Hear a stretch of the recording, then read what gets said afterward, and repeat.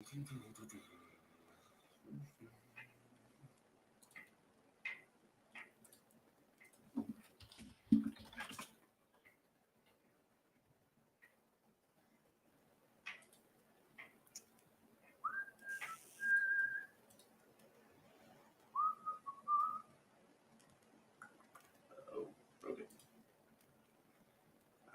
I'm trying. What's up, guys? This is Mike, all things fish, and had a few minutes while I'm trying to get a video to render. So I figured I'd jump on and chat and see if there was anybody out there that wanted to hang out for a little bit. So I will post the link in the chat. If anybody wants to join, you are more than welcome to. And we'll just kind of see what people are up to. Plan to try to answer some of your guys' questions here. We'll see. Well, maybe not your guys' questions, but some questions found on the old Facebooks tonight. This is something I've kind of been thinking about for a while, and then some one of the places you guys probably see me get some of my content from is just ideas that I see coming from people on Facebook. So we'll give it a little while, see if anybody trickles in at all. If not, that's okay.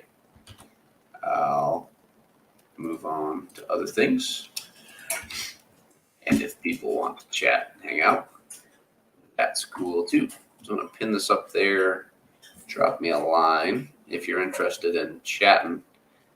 If not, like I said, you want for my feelings. It's 11 at night. I know things are going on with other streams, I'm sure. So I get it. Like I said, just had some time. So we'll give people a few minutes to roll in. And if nobody shows up, I will shut this bad boy down and go work on other projects. So I put a little bit here. I did actually, I know it's been a while, but I uploaded a video earlier today about UV sterilizer, changing the bulb on that. So if you got 10 minutes, that's worth a quick look.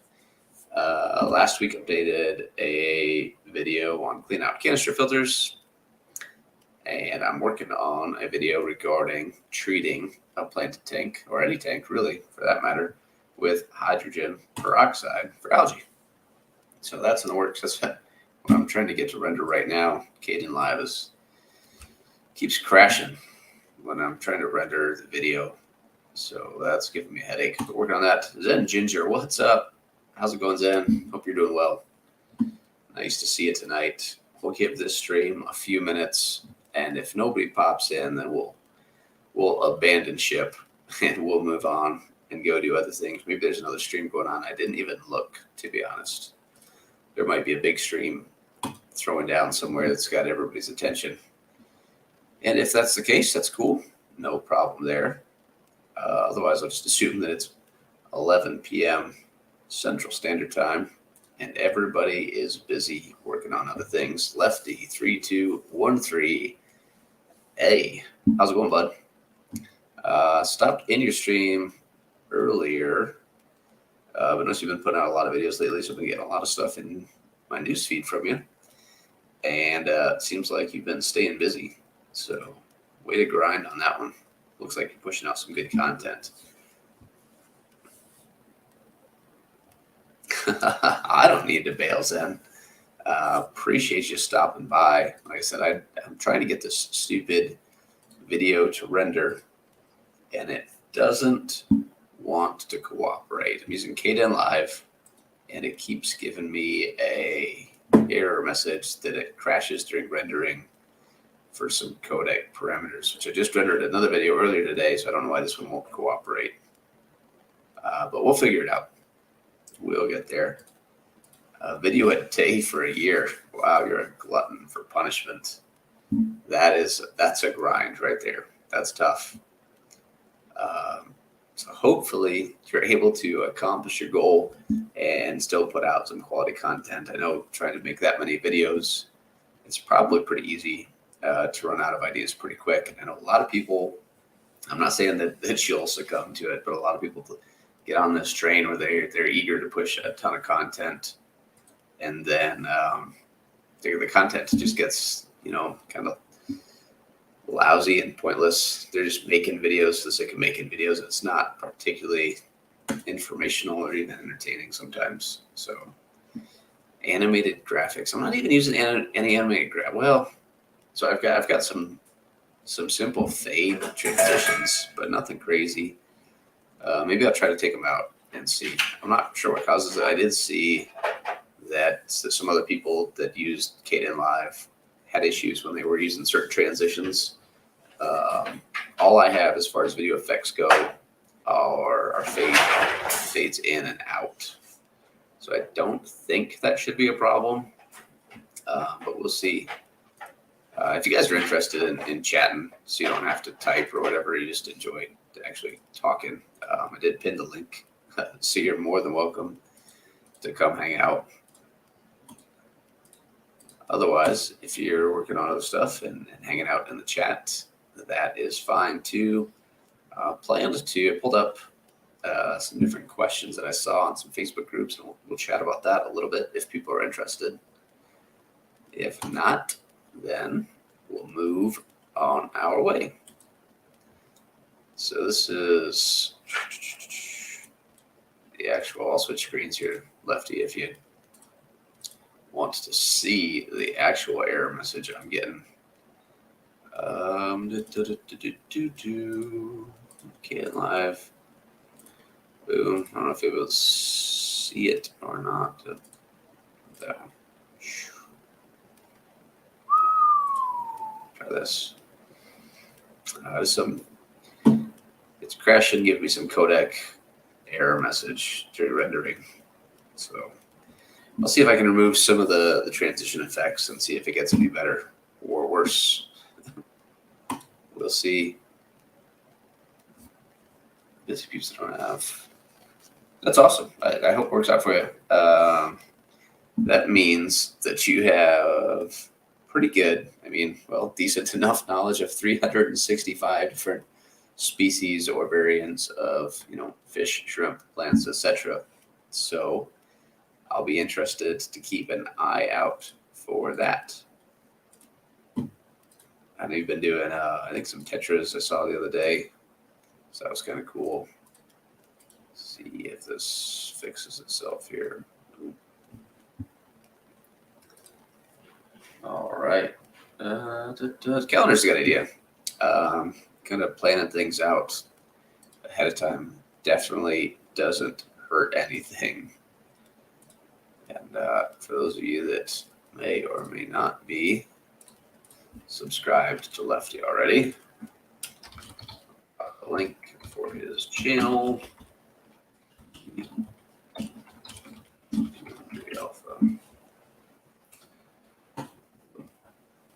What you doing, buddy? What's wrong? Why are you out of bed? What's wrong? Nothing. You can lay back down. I'm upstairs. Go lay with Mom for a little bit. Well, what do you want to do? I don't know. Okay. We can climb up in your bed. Mom's upstairs sleeping. Just don't wake her up. Yeah, the little fish is up for a moment. He's gonna find his way back to bed here. We'll see if he needs some assistance finding his way back to his bedroom. Then I may have to bail out for a little bit, but we'll see.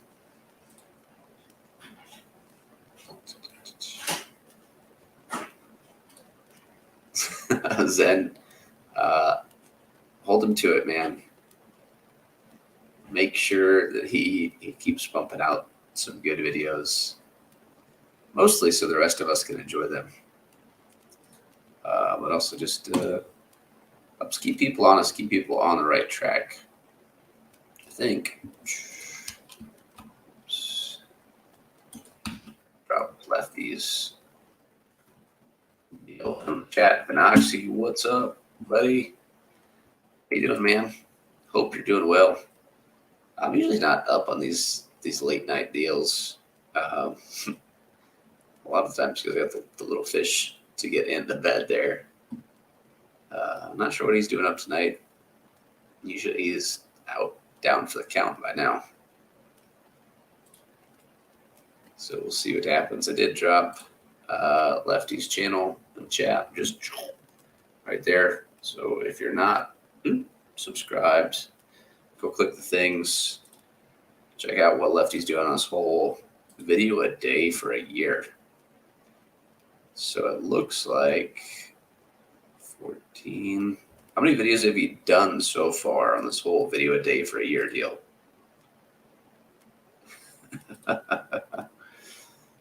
Looks like you've been going at it for a couple weeks at least, maybe a few.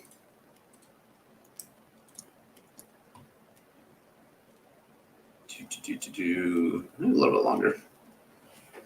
I haven't paid as much attention as I should or could.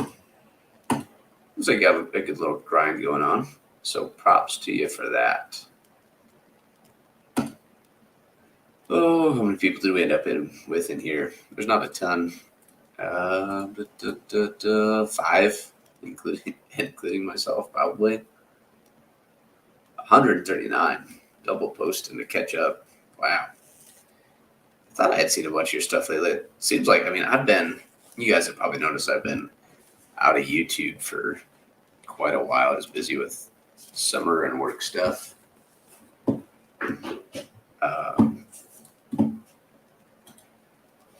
So that's a lot of it. I just haven't been able to keep up with what's been going on with everybody. But sometimes it's better that way. Sometimes it is a little bit better that way. Less to worry about just catching up with friends and people that I get along with. But I've been talking to some of the local guys actually working on moving some fish lately. I'm sure you guys probably saw the Crypto Heroes Nanoludius that I posted in a few places, some guppies, some clearing out some tanks that I have fry and juvie and make room for some new projects. Bringing a little cash to fund those projects too. All is well. Unfortunately, with sometimes busy. I like to camp, fish, and go do that stuff. The kids into sports, that's kept me away for a lot of it. Global events tend to keep me away a little more often when things get busy around the world. Depends on the day. Not too crazy. We'll see. We got a few people watching. I've been blabbing for a few minutes now. We'll go through, just pick out a couple questions that have happened to notice on Facebook. So Facebook can be good, bad. It's not always terrible, but sometimes you see some questions that make you chuckle. Sometimes you see some good ones. Usually, it's just a lot of the same easy stuff over and over and over again, which is fine. There's always new people getting into the hobby, and it's not bad to help them out. So let's hit a couple of those questions. See if I can find the right page. So one of the questions I saw in this plant aquarium, shrimp and nanofish, you see this a lot, looking for any advice on Pleco Care. Well, there's hundreds of species, literally hundreds of species of plecos out there. So the best advice I can give you is to go to Planet Catfish. Find the species that you're interested in. You can either use their catalog by numbers and click through, find one you like, and Planet Catfish is pretty good depending on the species. Here's a red-tailed lizard, or red whip-tailed catfish, or something called red lizard cat. Their size identification, some information about their distribution, breeding reports, if anybody's bred them. That's good stuff. Lots of pictures. So the first place I would go if you're looking for any information about plecos is Planet Catfish for sure. Jimmy P, what's up, bud? Hope you're doing well. So as far as information about plecos go, Planet Catfish should be your first stop. It's pretty well run, and usually the information is pretty well up to date. So again, I'm not saying that all the information is correct. It's usually pretty close. You can find some great info about them there. So that should be the first place you look. Otherwise, after you look there, come back with more specific questions and ask on the forums or Facebook groups or club pages. The best thing that you can do for yourself as somebody seeking information is to obtain as much information you can before asking the questions, if that makes sense. It's just the more details you're able to provide when you ask the question, then the better somebody else will be able to help you. Our Aquatic Universe with Mike B. What's up, man? How's it going? Zen Ginger asked about Seriously Fish. Seriously Fish is, I use it a lot. I think it's pretty solid information. Seriously Fish is generally just more general fish. Planet Catfish is all your Pleco and Cory stuff. So I wouldn't hesitate to use Seriously Fish, since I personally use it all the time to find some information if I'm trying to get something to spawn or just considering keeping a fish. Lately, I've been kind of using it a bit more to find out, some of the actual habitat details as far as where's fish come from for some of the species that I've been interested in keeping and looking for some dither fish and trying to find, what's nearby where the fish I'm already keeping is located. So Planet Catfish is a little bit more in depth. Like I said, the breeding logs are money. So I don't know. Usually it's down here. Like, all right, so if you look at the red lizard cats, 14 breeding reports, boom. You get to all these reports. I'm not logged in right now. You log in, you get all the exact details, parameters, what they did to potentially induce a spawn, etc. So Planet Catfish, especially if you're looking to breed Cories or Plecos, is awesome. Just general information about the different strains is the place to be.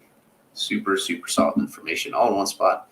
And for being, free, it's actually, the website runs pretty well and has a fairly intuitive layout. So it's pretty easy to use. Definitely something to consider. Moving on. So here's another question. Same group, as you can see. I guess as air conditioner went out, 105 all week, right? So it's super hot out. Or some people just live in places like, southern Texas and Arizona where it just gets hot and they don't want to pay to run their AC all day long to try to keep it cool. So he was concerned about his fish getting too hot, how he can cool it down, etc. And the big deal, as you can see in a couple of comments here, it isn't so much the heat itself. Does heat stress the fish and the inhabitants? Sure. Are there some that are more susceptible to stress than others as a result of higher heat? Yes, but the main issue generally isn't the heat itself, but it's the oxygen concentration in the water. So colder water holds a lot more dissolved oxygen than warmer water. So that's largely why you see critters like axolotls or some of your like your darters and stuff that prefer cool water. A lot of that is just due to the higher oxygen concentration. So when you increase the temperature of the tank, that water is going to hold less oxygen. What you can do to combat that is actually increase surface agitation. And you can do that through something like an air stone, or move a power head close to the surface. You can run a fan across the surface, which does help some. Or change your filter output. If you got like a spray bar, tilt the spray bar up towards the surface, and that surface agitation will increase your gas exchange and help dissolve more oxygen into the water column to compensate for the reduced dissolved oxygen due to the heat. Another option that that you could do to help try to keep the tank a little bit cooler is to increase the evaporative cooling, which a lot of people suggest running the fan across the top of the tank right at the surface of the water. That'll help. Again, increasing the surface agitation through using an air stone or your filter output itself will also increase your evaporative cooling. The more water movement you have across the top, the more water will evaporate out and intense to a small degree, help cool down the water column a little bit.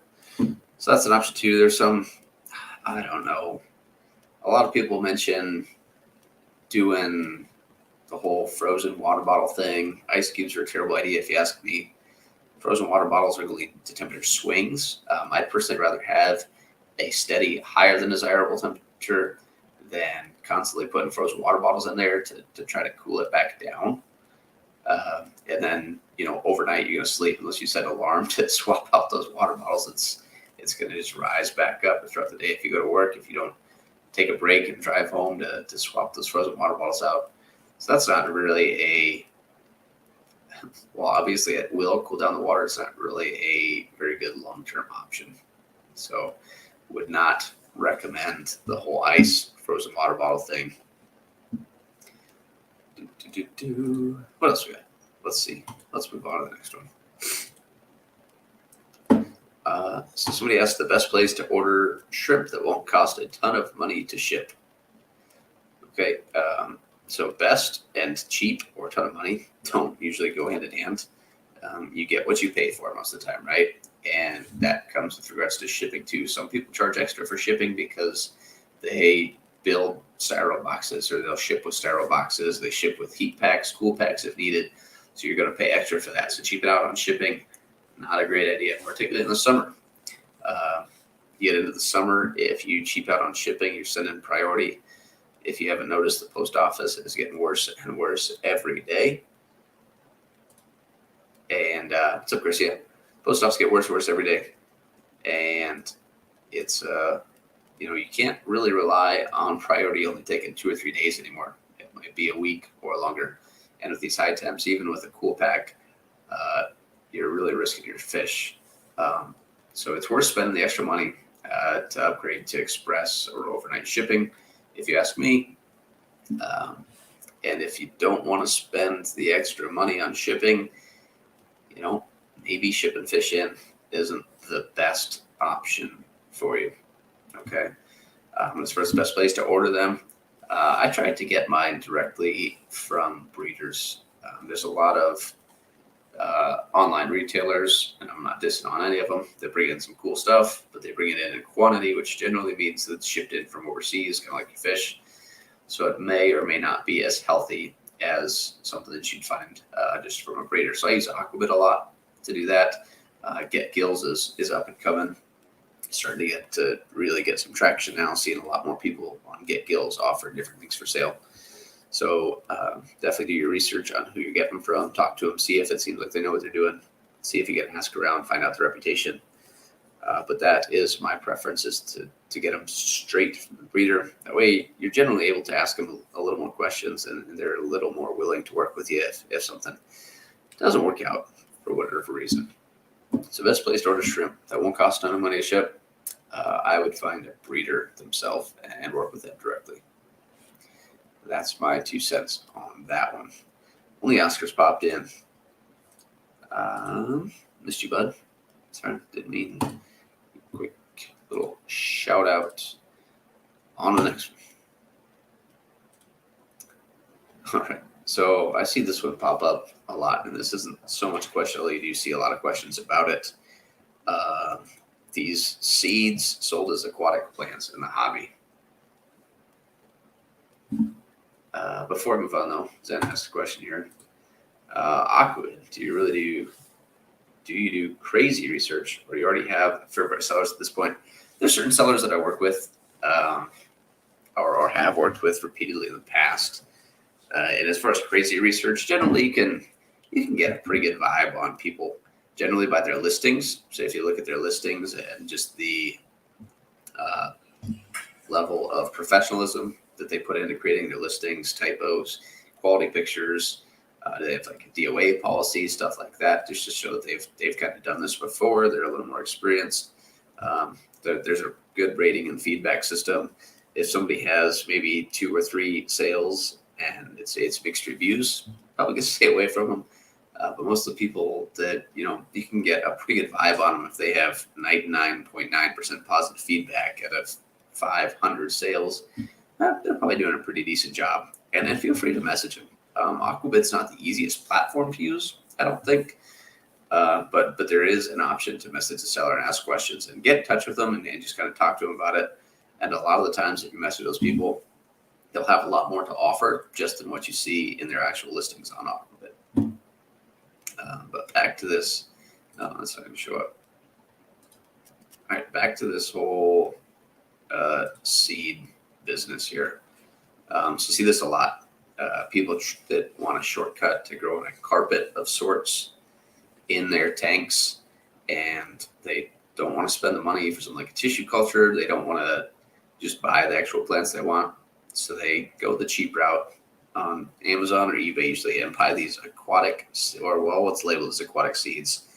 And it's a bust. 99.9999% of the time it's a bust. It's not a very viable option to propagate plants by seeds for the sake of selling, right? So it's super cheap to do, but the process itself isn't.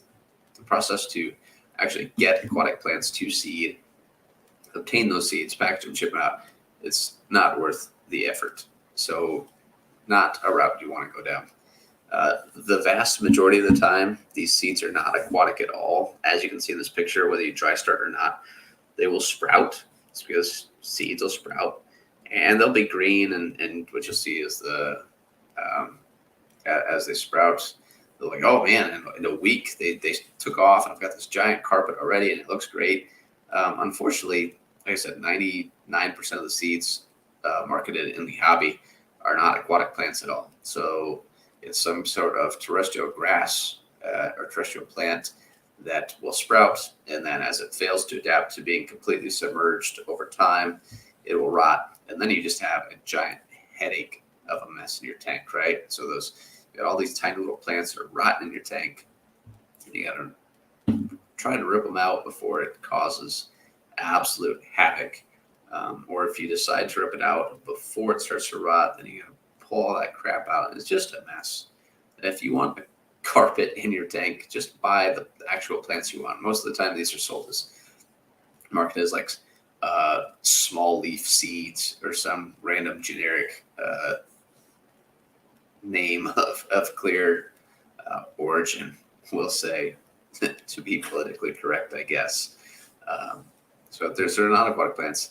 They're very, very few instances you'll get these seeds and it's a plant that can survive underwater. It's usually a nuisance hygrophilous species that's not a carpet at all. It'll grow, it'll sprout, it'll grow, and it will take over your tank in no time, and nobody wants it. So just stay away from them. And as this person says, I know that they may not work.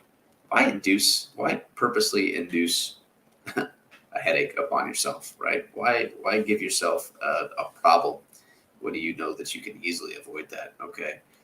It's like buying fish that you know are sick. It's just not a good idea. So you know it's going to work. Well, it's my tank. I have time. I like to experiment.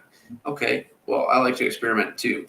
But if you tell me that a stove is hot, I don't need to experiment by touching it and burning myself on purpose, right? So use a little common sense. Save yourself some frustration, and just don't play the seed game. There's a ton. Like, you could almost get a tissue culture of just about any carpeting type foreground plant that you'd want out there. So just pony up. It's a couple bucks. Just take a play and what, and save yourself the time and the effort and headache, and just skip the whole seed nonsense.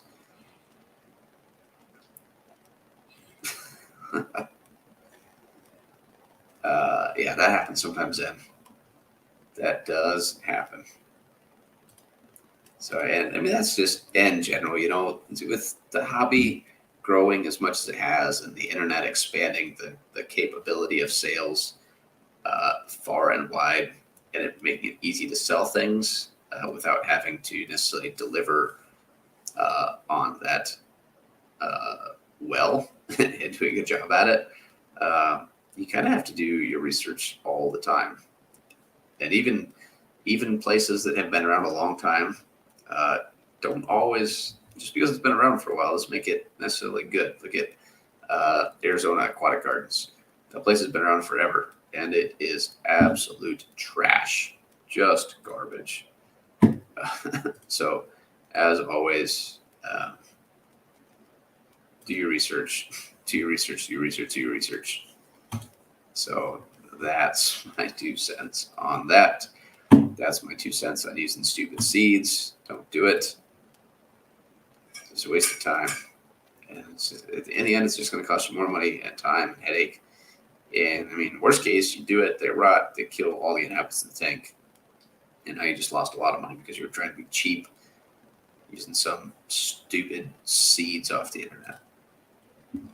Get worked up over that one sometimes just because I see it all freaking time. Don't fall for it. Don't fall for it. Don't fall for it. Don't fall for it.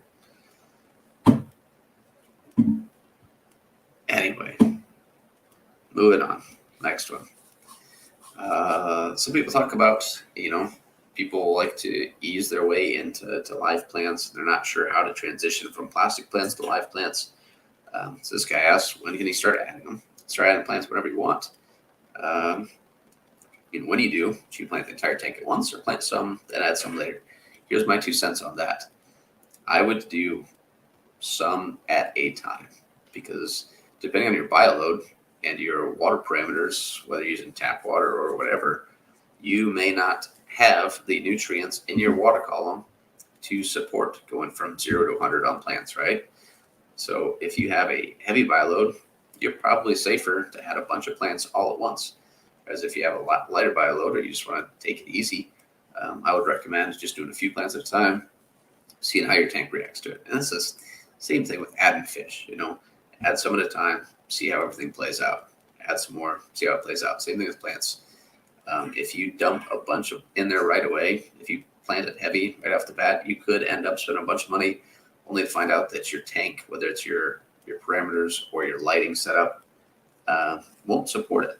So you may just end up frustrated because you spent, $200 on plants only to find out that your light was insufficient, or you didn't have sufficient nutrients to at least sustain the plants in there, let alone allow them to thrive. So take it slow, add a few at a time, do your research.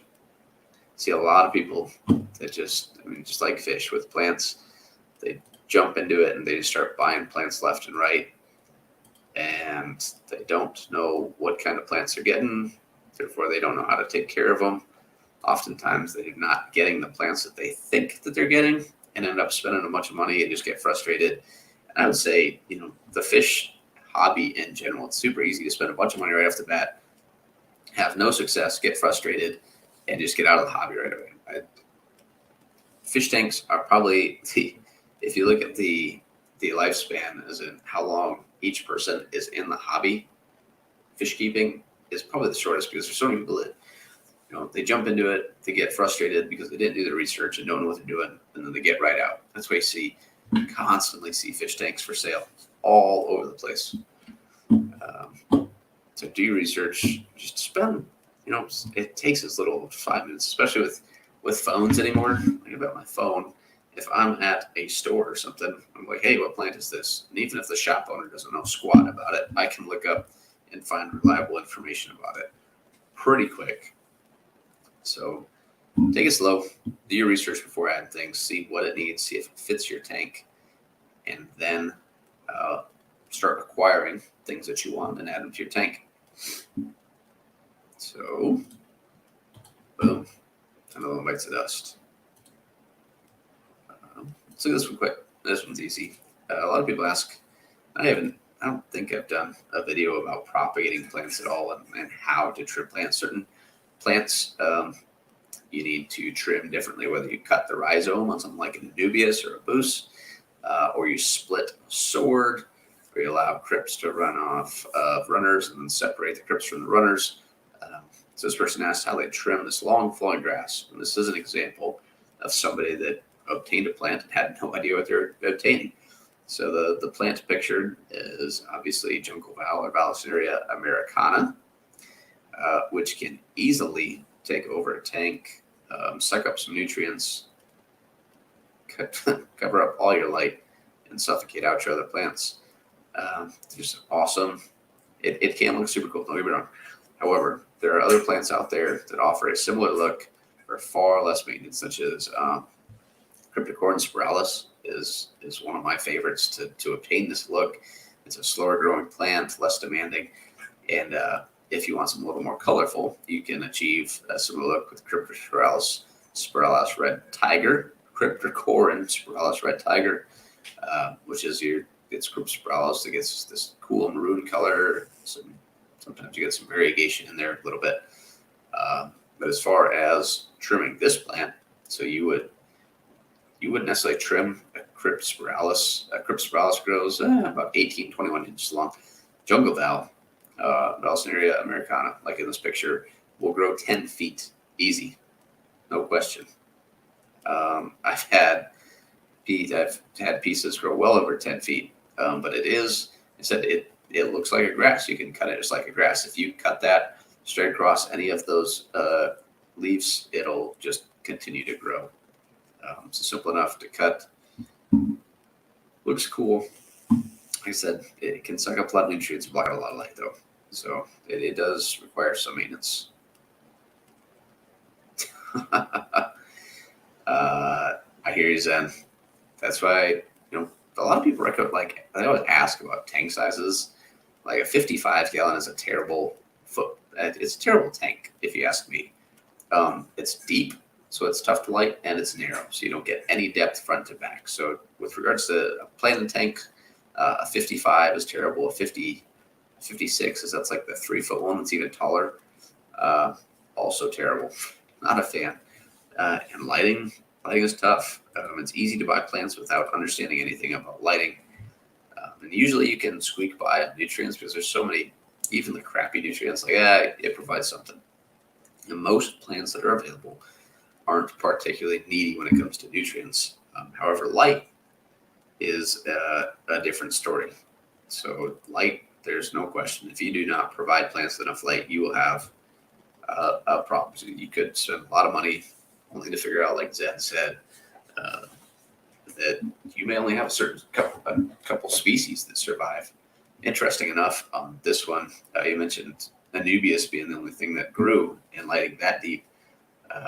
Who was it? Somebody posted a while ago. They were out in the field. Might have been Kara Wade. I'm not sure. They're out in the field. And they found crypts growing in a couple feet to 3-4 feet of really, really stained water. And I think they had a par meter with them, and they were talking like 4 or 5 micromoles, that's dark. It's like growing in a toilet bowl. So most crypts can handle extremely low light. Anubias are the same way. They're just slow growers. They don't need a lot of light. They'll get by. Cornbow fronts are tough. I've never owned one. They look cool, but they are a headache to escape. Generally, they're a little bit taller, so they're tough to light. It's hard to find lights that fit over them just because of the shape. And then to work it, it's a nightmare because it's a tall tank, so you got to have some long arms just to get to the bottom, let alone the back of the tank. Sometimes front to the back, it's like 3 feet, right? So Cornbow fronts, like I said, look cool. They offer you some great depth, so you can get cool skeet going in there, but they are tough to work in. I'm not super tall. I got short little arms, so even my 125 can be a struggle sometimes. So here's one. It's a little bit, an advanced question, but it's getting beyond how do I cut this plant up. Somebody's talking about upgrading their lights on a 120.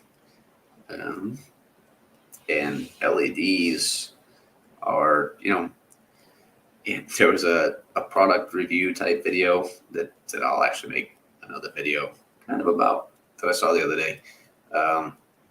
So in the past, like a light bulb was a light bulb, and generally a certain type of light bulb at a certain wattage produced a certain amount of light. So if you had a 48-inch T5 HO light, this is a 54-watt light, you knew roughly about what its output was.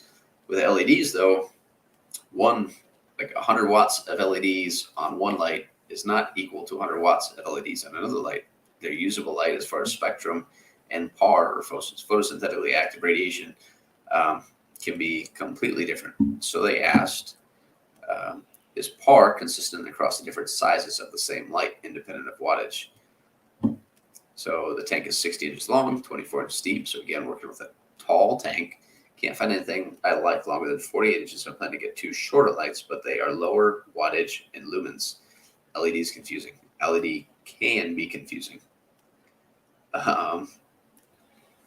But so I have LEDs. I have prisms on mine. So it's individual 3-watt LEDs. Something like a Hager light, it may have 150 little LEDs in there, but they're probably 1 watt or even less. So you're not going to get the output.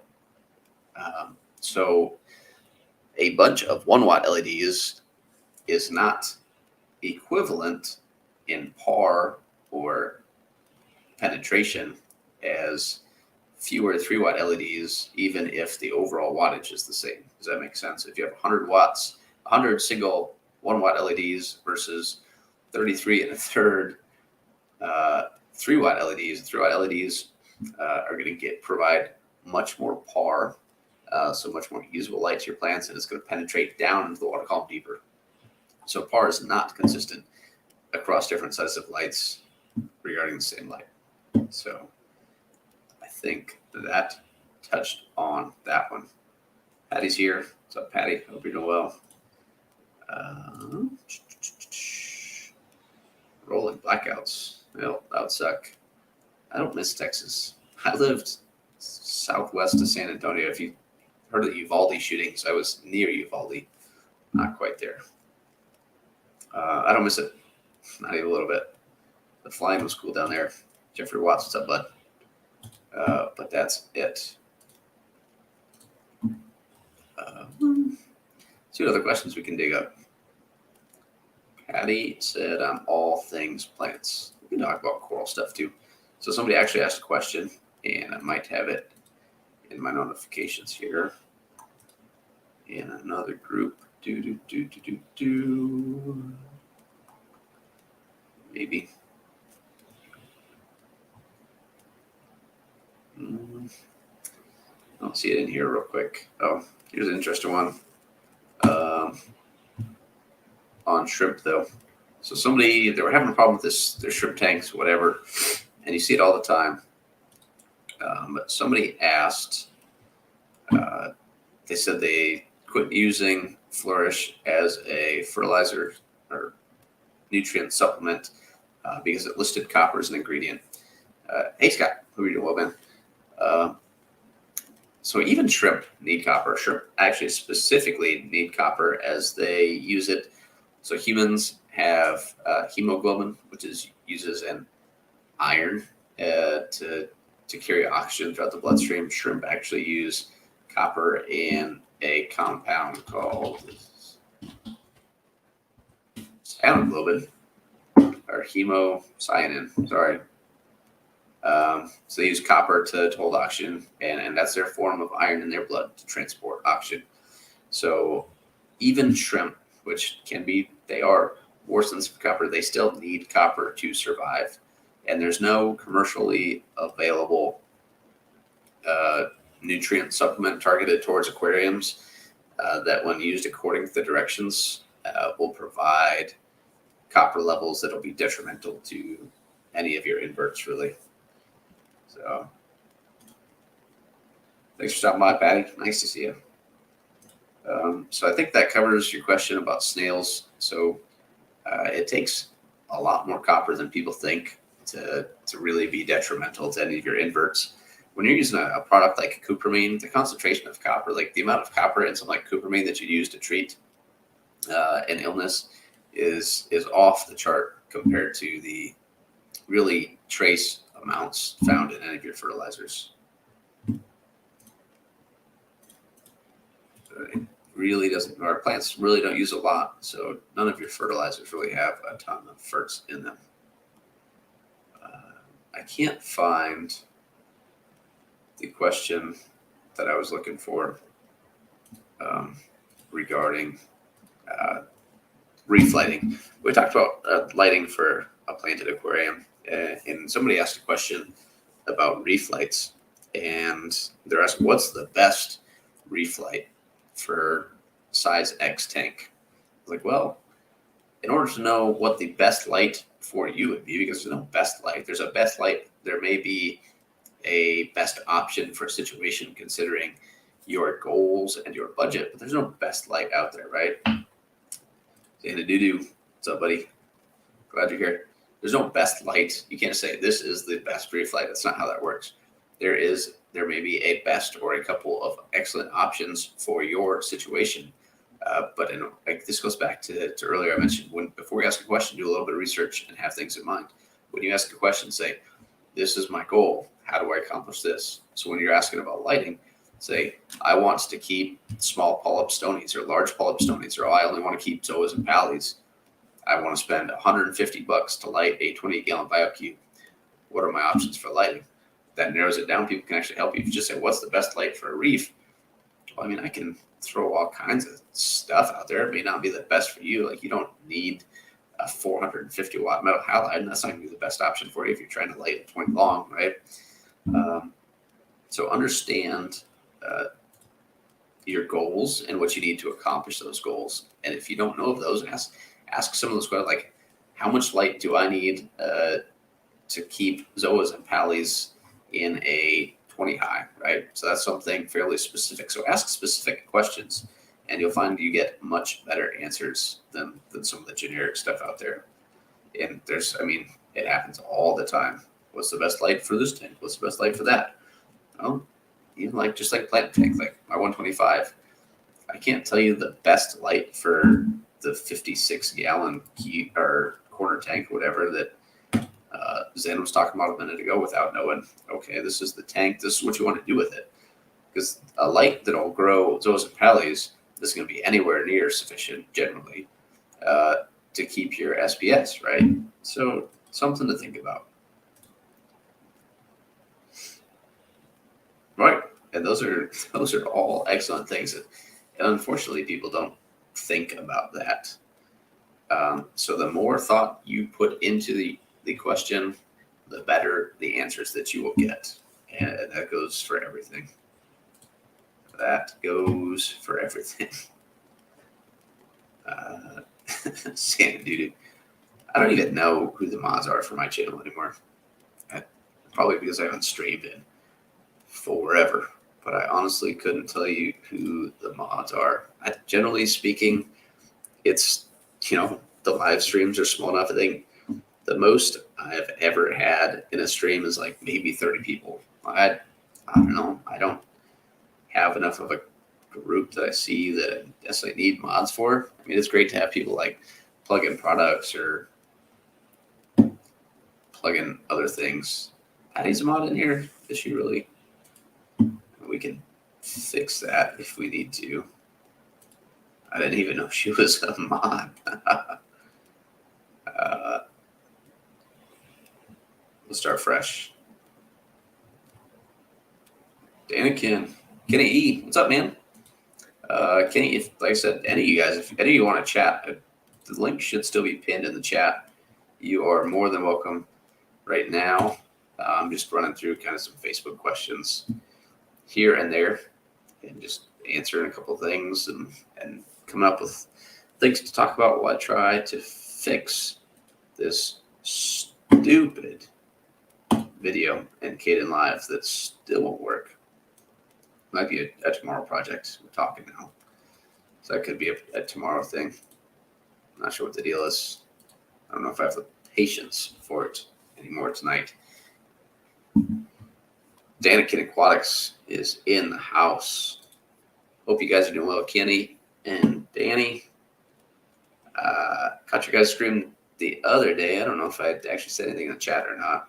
I've been trying to get back in the zone. You know, I've been doing a lot of work down in the fish room, trying to get things cleaned up, getting back into starting up some live food cultures, stuff like that.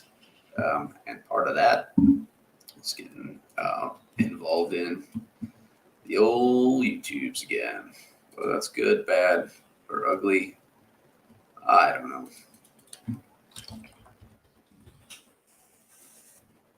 See if there's any questions over here. We were just talking about this a minute ago when we talked about shrimp. Sort of the Tennessee Fish Mafia page. Somebody asked, where do y'all order y'all's fish? Now that's some Southern, if I've ever heard it in my life. So there's a few sources that I look to. Usually, like I said, I'll ask breeders that I know. But dansfish.com, getgills.com, aquabit.com, those are the three websites I usually go to look to at least get an idea of something that I'm after. Outside of that, swap meets in local clubs, man. If you're not in a local club, join one. I know Kenny runs an excellent club over there in the Pacific Northwest.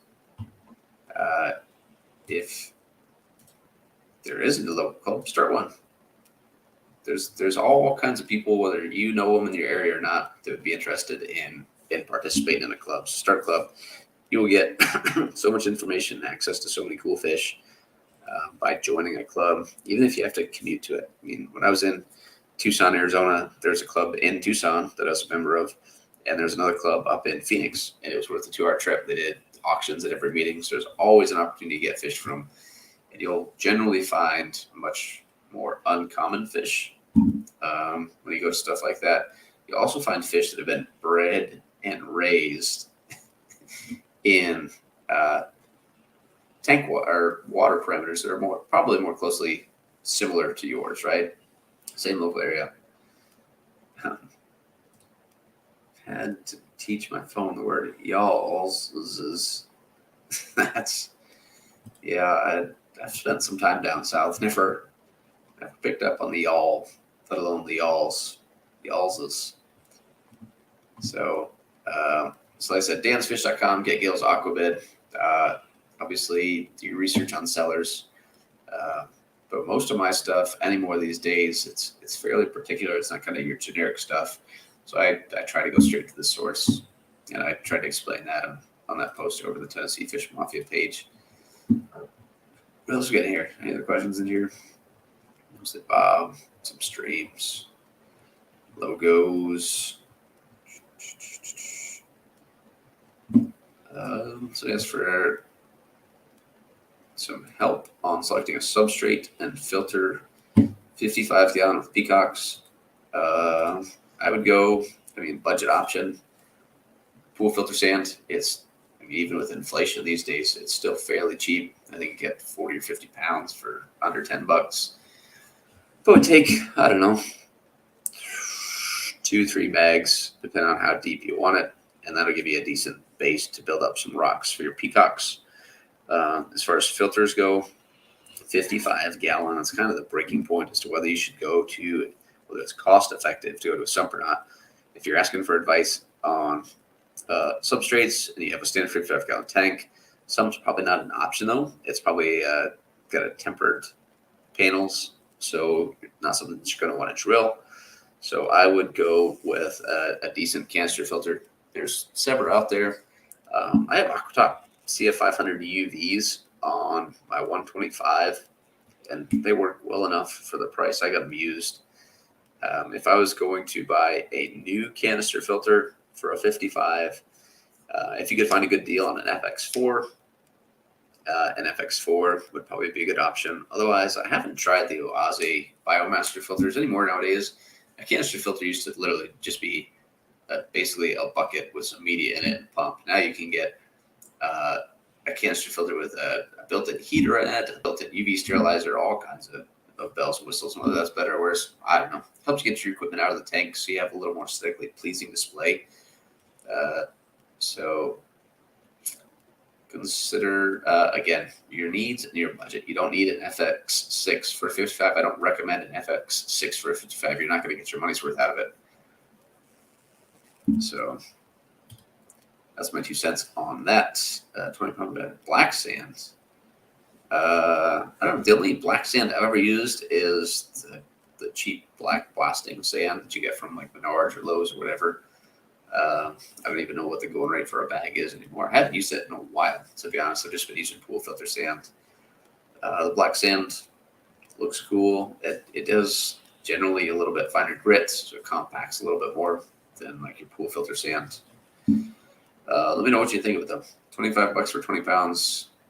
That's not fun to pay. But when you're looking at like 80 Amazonia, if you're looking at an aqua soil or contra soil or something, definitely you're starting to get up into some pennies on substrate.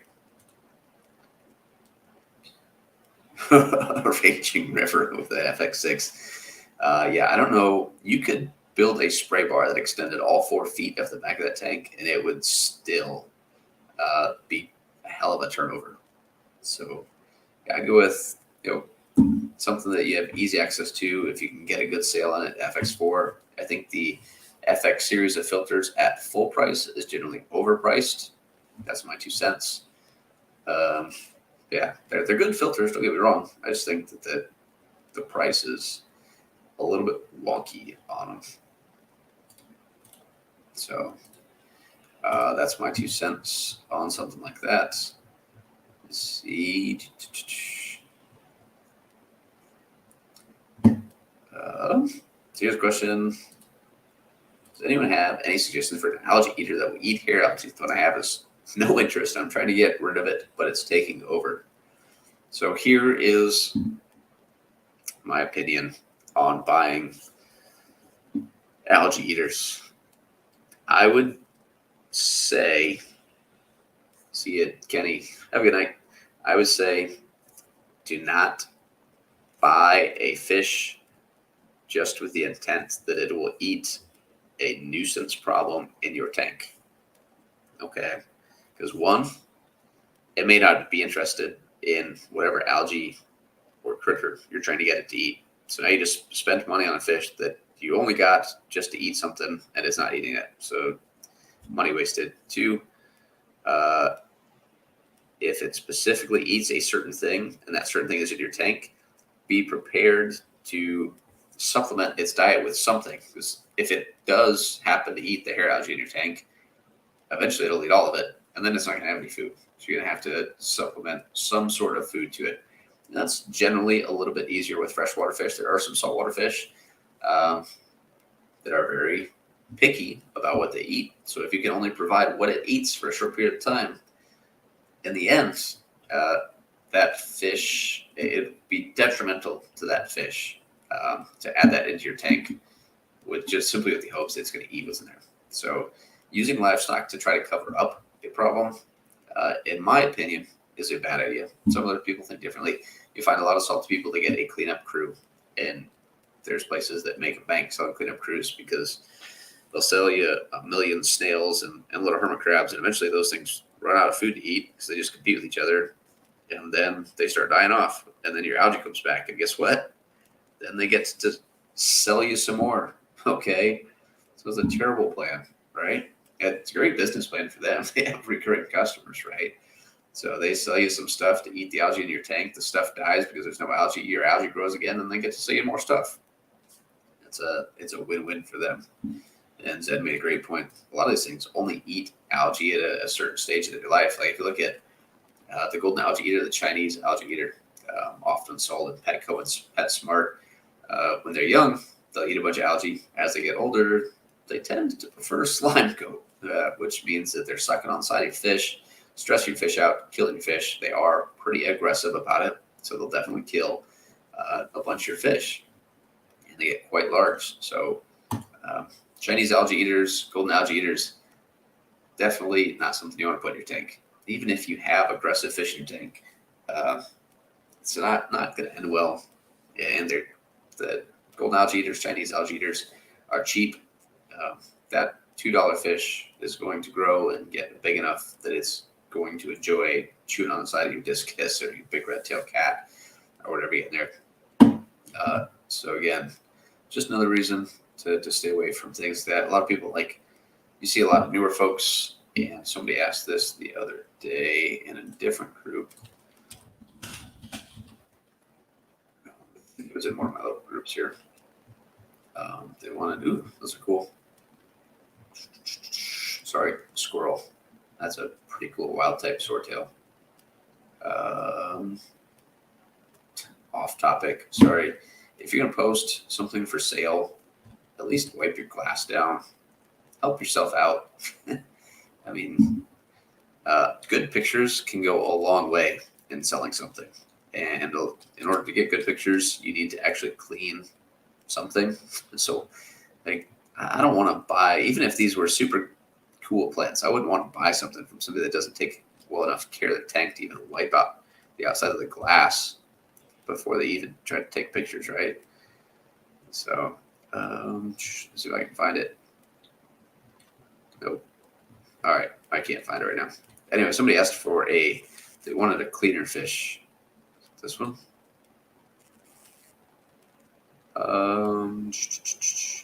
Okay, yeah. So they have some snails, gleeloches, blah, blah, blah.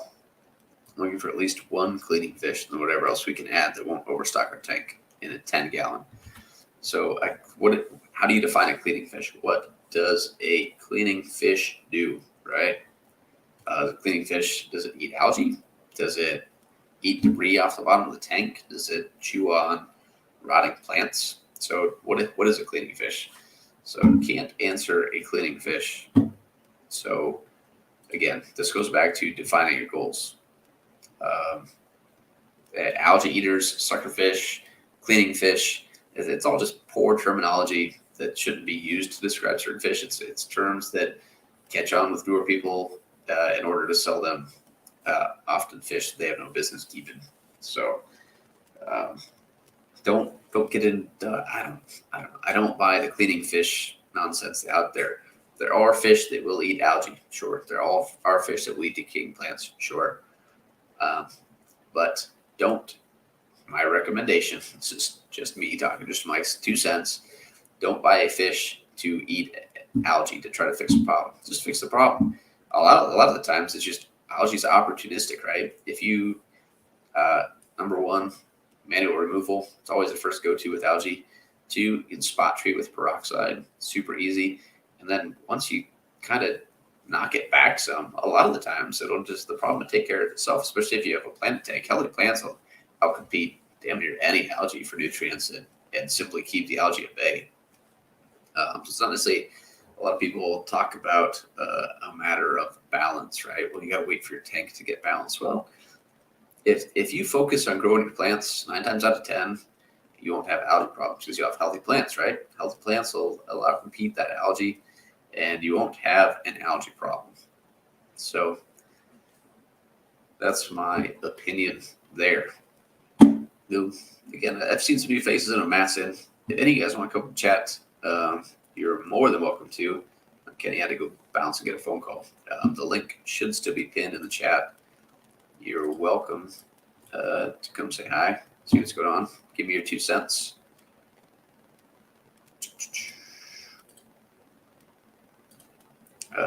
At some house, animal control and police department served a warrant at 60 plus snakes.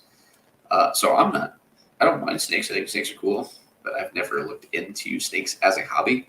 Apparently, there are some hella high dollar snakes out there. So I've got a buddy over near Ames, kind of between Ames and Newton, I think, that's into some high dollar snakes. And holy smokes, the amount of money involved in that hobby is crazy. I mean, I thought I spent a lot of money on fish, and there's potentially a lot of money that you could spend on, corals and stuff. But snakes, even snakes that you think would be super common, just color morphs price goes through the roof. Again, I'm not huge. I don't know a lot about herps and stuff, so I couldn't tell you exactly what everything is. But it's wild. And snake people tend to be like fish people, where there's no What am I trying to say here? You can't just have a few, right? It seems like snake people are hella snake people. Like 60 snakes doesn't even sound like that many. Obviously, like somebody that doesn't keep snakes sounds like a lot, but I've seen people with like heard of stories of way more snakes than that. It just gets wild. So see what else we can find. See if we can find some more crazy questions. Fish. So there are some groups that are better than others out there. It's like this. Best lighting for corals. Well, what do you want to do? I don't know. That's a hard question to answer. Can anyone ID the color guys here? A screenshot in the comments. Well, this goes back to we'll take good pictures and videos. I'm assuming they're talking about this little guy down here. Maybe. Just looks like a Serpent tetra. This guy in the front, some sort of tetra Daniel. I'm not sure. But good pictures and videos go a long way. Oh, next question. I need advice. See a lot of mixed opinions on here. I found a beautiful piece of driftwood in the lake. I've had it out in the sun, drying it out for about a week. So I'm just washing it off and putting it in. Well, depends on the type of wood. If it's a hardwood, that would be just fine. If it's a softwood, like a pine or something that's just been floating in the lake, not a great idea. That's going to rot in your tank quite quickly, and it's just going to decay and cause you problems. So that's an easy answer right there.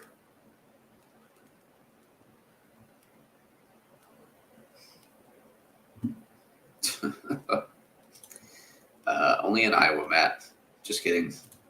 That crap happens everywhere. I do see, maybe just because I live in Iowa, but I feel like I see a ton of stuff about just animal control going in and snatching up animals from people in Iowa all the time.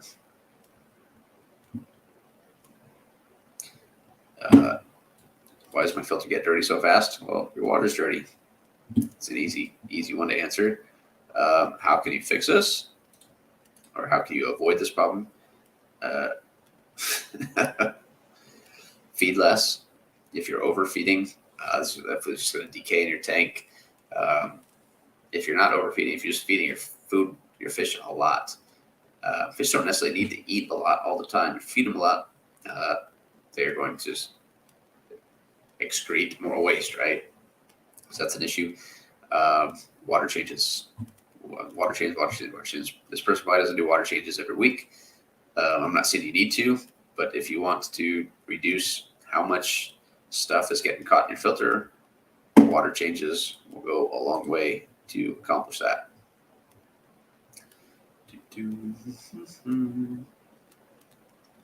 All right. I see this one a lot. 20 on tank. They've got fairly low bio load, depending on the type of fish. Weekly water changes, which is completely reasonable. That's about my maintenance schedule. All levels good, whatever good means, except nitrate. Now, I see a lot of this, and I will say, "What's up, Stephen P? Welcome to come up in chat and holler at us, give your 2 cents." I would say a lot of the times with people that think they have nitrate problems, it's not a result of anything in their tank. It's either a bad test results, whether that's API test kits are popular, but the API nitrate test kit in particular is notoriously trash. So it's tough to get consistent results with it, let alone accurate results. So I would definitely verify your test results against another kit. Also, a lot of the times when we have nitrate problems in our tank, it's not a problem with the tank, especially if you only have 6 fish. I'm assuming it's a 20-gallon tank. They're probably fairly small fish. It could be an issue just with the water they're using. Dee, what's up? I haven't seen you in a while. Maybe an issue with your source water. So if you have high nitrates in your tank, make sure you test your source water. If you're using tap water, check the parameters of your tap water, compare those to the parameters of your tank. Maybe you're just your tap water, because of however your local municipality treats your water. Maybe your tap water just put in a bunch of nitrates in there to begin with. That's going to be something that you're going to have to try to work around. I've seen everything from RODI is a great option. It's fairly cheap. Can't produce a wastewater, use that for your laundry, your garden, whatever. I've seen people actually set up a holding tank with some floating plants in it to suck nitrates out of it before they send it to your tanks. That's an option. There are nitrate reducing media out there, such as PureGen, a few other options out there. Just understand that that's going to cost you, using a nitrate absorbing media is a continuous expense, whereas something like I would consider an RODI unit, more or less a one-time expense. Yeah, you have to replace the filter cartridges down the road, but you can get a lot of water out of it before you replace those filter cartridges. Your chemical medias, you're going to burn through those a little bit faster, so it could be a little more of an expense. So consider that. Another workaround is simply to add live plants to your tank. And if you can't add live plants to the tank because of the inhabitants, maybe look at add some like a pothos or one of the other varieties of plants that you can grow using the tank water growing up outside of the tank. So that'll help reduce your nitrates in the tank. Some people think they have a nitrate problem, and they really don't. I mean, really, no, I'm not saying that you should shoot for 60 or 80 parts per million of nitrate. That is, higher than most tanks. But for most fish, it's fairly safe. It actually takes a lot of nitrates to be detrimental to your fish's health. Now, is 60, 80, 100 ideal? No. Is it a huge problem? Not really. Obviously, if your source water is good, doesn't have high nitrates, frequent water changes help. They're already doing weekly water changes.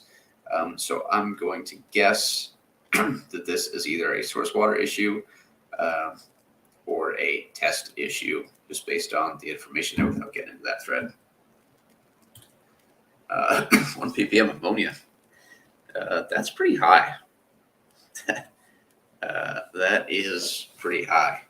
Now, a lot of plants actually prefer to use ammonia as their source of nitrogen over something like nitrates because there's less processing involved.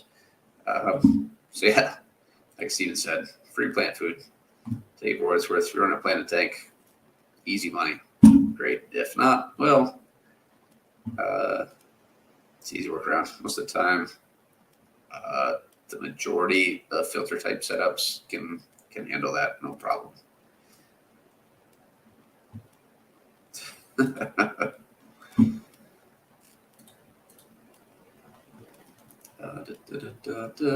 What else? What other questions we got? If you guys have any questions, feel free to holler. I know Zen's been rattling one off here and there as we hit different topics, but sometimes it's nice to just go through these Facebook groups and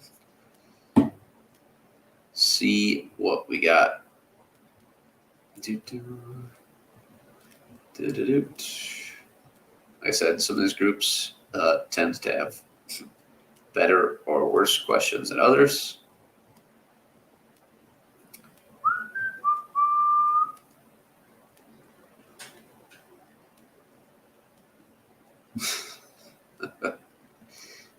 So this guy's trying to make rapashi soylent green. If you don't feed rapashi, it's a little more expensive than most food, but it's an excellent option. He said he's having a hard problem getting it to gel up. So usually you're not getting it warm enough. So I just microwave it. So I'll mix it up and then I'll microwave it and then pour it into molds or whatever. Works well enough. They have a lot of different flavors, different formulas that are great for a variety of different fish. So rapashi is an excellent option. What else we got for questions? Let's see what we can find.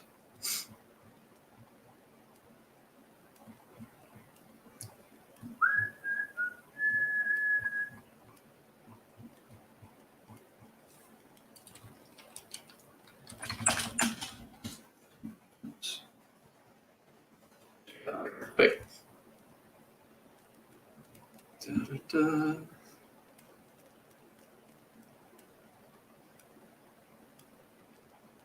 this is another one of those generic, ask specific questions. When we get back to the hobby, what's the prevailing advice for a newbie? Well, there's so much that I could go on about.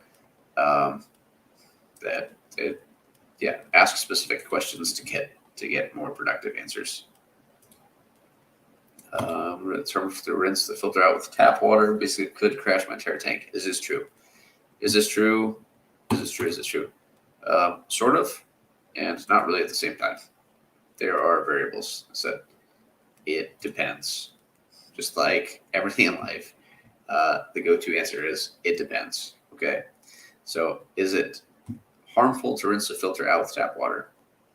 It could be. In most cases, it's not. Let me drop a video to you guys from Jason over at Primetime Aquatics. See if I can find it quick. I'm going to drop this video in the chat. If you're in the chat, watch it later. If you're watching the replay, pause and watch this right now. If you have any questions about rinsing filter media out in tap water, I've done it for years, no problem. And here's why. Most tap water does not contain high enough concentrations of chlorine and or chloramine that during just rinsing your filter media is strong enough or exposed to your media long enough to actually kill any of your beneficial bacteria. And the link I just posted below, that's a video from Jason over at Primetime Aquatics. He gets into the nitty-gritty about this, all the sciencey stuff. But tap water doesn't contain, well, most tap water doesn't contain high enough chlorine levels that when you're rinsing your filter media will actually kill any amount of beneficial bacteria that will be detrimental to your tank cycle. Is there a chance it could crash it? There's always a chance. Maybe your local municipality used a ton of chlorine because there's a bacterial problem for whatever reason, and you didn't know there was higher chlorine levels. So maybe there's an off chance that there's high chlorine levels, and you happen to let your filter media soak in it for a while. Okay, yep, there's a chance. It depends. How much does it take? I don't know. To be honest, I don't know the exact levels that it takes. Most municipalities don't really tell you when they're increasing or decreasing a certain chemical in your water, which is, I use RODI for just about all my tanks, even some that don't require soft water, just because I know exactly what I'm getting, right? Your local city water changes throughout the seasons. It could change from one day to the next based on the source water that they're using. Or their treatment method. Like I said, if there's some bacterial outbreak and they need to increase chlorine content to fix that, they may have higher chlorine levels. Just like I said, it's concentration or the strength of it and the exposure time. If you're just rinsing your media, it's exposed to it for a short amount of time. Now, if you're soaking your media, you're just leaving it in water for a long time. If there's higher chlorine levels, yeah, it could be. It may knock off some of the beneficial bacteria. Safe ways to do this. Can you use tank water? Sure, no problem. Can you just rinse off some of your media at a time, but not others? Sure, no problem. My 125, I've got two Aquatic 500 canister fillers on it. I can use tap water and rinse everything in both of those and see zero effects on the tank. Now, granted, sure, that's a planted tank. There's a lot of surface area there, just with regards to the plants, but it's not likely. Just rinsing your filter media and tap water is not likely to crash your cycle. I think it's an easy thing for people to blame when something goes wrong in their tank. So that's that. What is the best way to clean a filter cartridge? Rinse it with water. That's it. Somebody the other day asked, well, how often should I replace my filter media? If it is still intact and not just absolutely completely falling apart, there's no need to replace it. If it's like a super fine, something like polyfill, it's going to catch a ton of debris and it's hard to rinse and hard to get all the debris out of there, sure, replace that. Like if you have like a polishing type pad, something like that, go ahead, replace it. When its useful life seems to be up, right? When it seems like it's not performing the way it should, whether it might be reducing water flow through there. Otherwise, I don't know, not really a need to replace it. Just keep on grinding. Save your money. Put your money towards something else. Oh, let's see. I'll probably run for another 10 minutes or so. I've been rambling for a little bit. There's still a few people hanging out. Appreciate you guys stopping in. I know it's been a while. I'm going to try to get back into the swing of things, doing this a little more often. Hopefully you guys are finding something enjoyable out of it. Here's a question you see a lot about air pumps. So a lot of people want a silent air pump, but they don't want to spend money on it. Well, in life, the good, cheap, fast rule, right? Pick two of the three, and not necessarily those specific parameters, right? If you want something good, it's probably not going to be cheap, right? And if you want something cheap, it's probably not going to be very good. If you want a silent air pump, you're going to have to shell out a couple bucks for it, right? $10. Probably not going to do it. 15, 20, probably get closer. My general recommendation for anything air pumps is Alita or Gemco. Alita, A-L-I-T-A. They make awesome stuff. Tom from TM Aquatics actually made a video a while back on air pumps, and he actually measured the decibel level. See if I can find it. I think this might be it. Stand by one.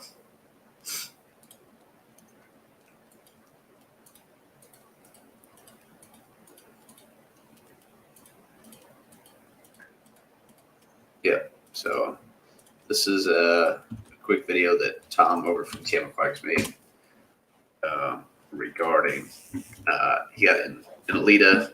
I think he went as the AL6, so a diaphragm style pump that's capable of running multiple outlets, so much bigger than a 15-gallon tank would need. It gives you an idea of what you get for your money. You get a much better pump. It's going to last a lot longer. It's going to be much quieter, and you'll get your money's worth in the end. If you buy these, people like the Puff Life pumps or the Vivo Sun, whatever, all the cheap stuff off Amazon, they're going to be inefficient. So they're going to use way more power than they need to for the air they're putting out. They're not going to have a lot of power output. They'll be loud, and they're going to run hot. Like if you run these little eco, tiny little cheap multi-outlet type pumps that have they come with a manifold, usually like some cheap manifold, and they're going to run hot and be loud. People are like, oh, I'll just put it in another room. Okay, great. It's not going to last either. So enjoy the noise, enjoy the heat, enjoy the higher electric bills, and then you're going to have to buy a new one before too long anyway. The Alita pumps literally last forever. Gemco, I like Gemco pumps as well. I run a Gemco linear piston pump downstairs in the fish room. Super quiet. You can't hear the pump running at all. You hear the exhaust actually makes more noise than the pump itself, just because I'm not using all the air that it's producing. So you get what you pay for, as always. So that's my 2 cents on air pumps. And people always ask, what's the quietest air pump I can get? But they don't want to spend money. Alita all day. That's my go-to. I've tried other pumps. You may find a quieter pump for a little bit cheaper, but it's not going to put out anywhere near as much air as you like. So if you're running like a sponge filter or something, reduced airflow or reduced air output from your pump means reduced flow through your filter. So it's like if you run a sponge filter in a tank and you have fairly low airflow through it, it's not going to move a lot of water. So what that does is that's going to allow debris from the water column to settle down onto the substrate instead of being picked up by the filter media, the sponge itself. So through your tank, something like that. Zan's got a house full of diaphragms. That's like I've got a fish room, right? So linear piston's easy. And there's a video on my air loop build that I've done. But if you have tanks scattered about the house, a linear piston doesn't make quite as much sense, right? So you have to put an individual pump on each one, which is where I recommend like Alita is quiet. You're gonna pay more for it, but it's an excellent pump, just like you said. So, a couple ideas on pumps. All kinds of stocking questions. Stock questions drive me nuts a lot of the times. One of the things that stock questions is, what fish should I put in my fish tank? Well, find the fish that you like. If you want to ask for some ideas, give people some ideas of kind of what you're looking for. But at the end of the day, they're like, it's your tank. You have to look at it, right? Don't let somebody else pick what to put in your tank. They don't have to stare at it. If you let them pick it and then you go out and buy it, you got to stare at something. And you're like, wow, well, this fish actually kind of sucks. I don't know why I let somebody talk me into it. So it's one thing to ask for ideas, but don't let somebody else pick what's in your tank. Do some research yourself. You go find ideas. Do it. Let's go look through plant catfish. Go look through seriously fish. Sort fish by the regions they're from or types or whatever you're looking for, Do the work. Don't be lazy. It always comes time to be lazy. How long can I leave my community tank without food? Going away for 2 days. 2 days is cake. 2 days is nothing. 2 days is me forgetting to feed my fish. They're fine. A week, they're fine. Most healthy fish, they can go 2 weeks easy without getting fed. They'll be fine. In most cases, it's better to not worry about trying to feed them than to try and have somebody stop by or God forbid, use those stupid vacation feeding block crap. Don't do it. It's an ammonia bomb waiting to happen. Said most healthy fish 2 weeks easy. If you have a well-established mature tank, particularly if it's planted, there's a lot of microorganisms in there that you don't necessarily see. 2 weeks is nothing. 2 days, yeah, no problem. No problem. Does anyone else's pet shop take forever to catch the fish? I feel like they can do it faster. If you do it faster, they'll probably give you a job because catching fish sucks. Okay, I hate catching fish. If I could pay somebody just to catch and bag fish for me, whenever I had to go to a swap meet or sell fish, I would do it in a heartbeat. I hate catching fish. Are some people better at it than others? Sure. But it's a headache. You guys won't see the 125 for a little while because I tore the whole thing apart, getting the Cryptoheros Nanoluteus juvies out of there so I could move some of those. So catching fish is a pain. So that's why all the tanks downstairs, if I have to catch fish, I pull the sponge filter. If there's any driftwood or anything sitting around, pots, yank it out, and then have at it. Obviously, the bigger the tank, the harder it gets. I literally had 4 nets in my 125 the other day trying to catch those stupid fish. And I ended up tearing all the plants out and just draining all the water. There were fish flopping on the aqua soil. I said, screw it. I had exhausted my patience by then. So if you feel like you can do it faster, go ahead and put an application in. They'll probably let you work there. All right, guys. That's an hour and a half full of me yammering. If you guys have any specific questions, feel free to throw them at me. Yeah, some people are good at it. Some people, I don't know if they have the patience or what. I'm not one of them. I just go Rambo on that crap. And I throw down. But I don't know. I went to one shop that was trying to catch fish using a specimen container. And I was like, that's going to be tough. As expected, took them forever. Now, is it ultimately a little bit safer for the fish? Maybe the net, depending on the net you use, doesn't rub some of their slime coat and stuff off. But the stress induced by chasing them around for a longer amount of time might be a little bit worse. Stephen was too busy checking out the ladies, who said.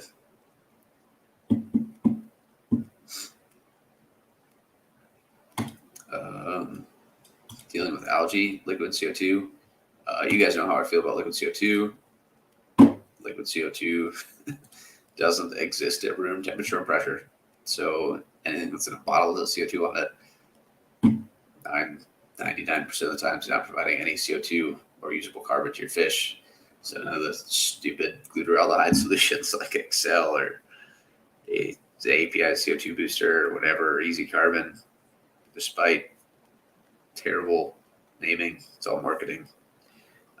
They don't provide any carbon or CO2 to your plants, at least not any measurable amount that'll make any difference to anything.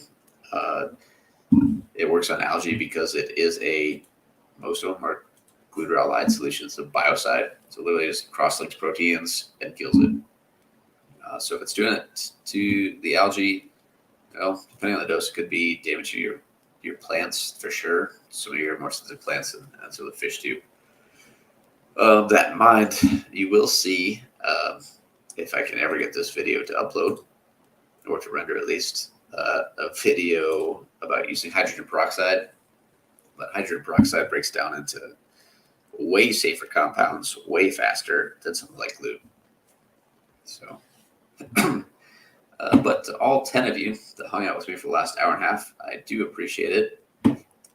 Hopefully you found this at least entertaining, if nothing else. I didn't go off the rails like I sometimes do when I dig into some of these YouTube groups, because sometimes they get rough. Sometimes people go back and forth and you get a lot of misinformation going. So I try to just pick some easy questions to pick out, bounce across a couple different subjects. I know it was a little too plant heavy for Patty, but she'll get over it. Thanks for stopping by. Like I said, I plan on doing this a little bit more often these days as we kind of move back into fall. I get a little more involved with Fish Room, things globally settle down. So Zen, you've been here the whole time. Appreciate you, Zen, and you. Nice to see you. Stephen P, 2003. Pleasure having you around. Maybe I'll get you up and chat one of these days. We'll see. I know you've been doing a lot of streams lately. So I'd understand if you are busy with other stuff. Double D, stop by for a little bit. Everybody watching the replay, thanks. And until next time, thanks for tuning in. This is Mike at All Things Fish. Have a great night.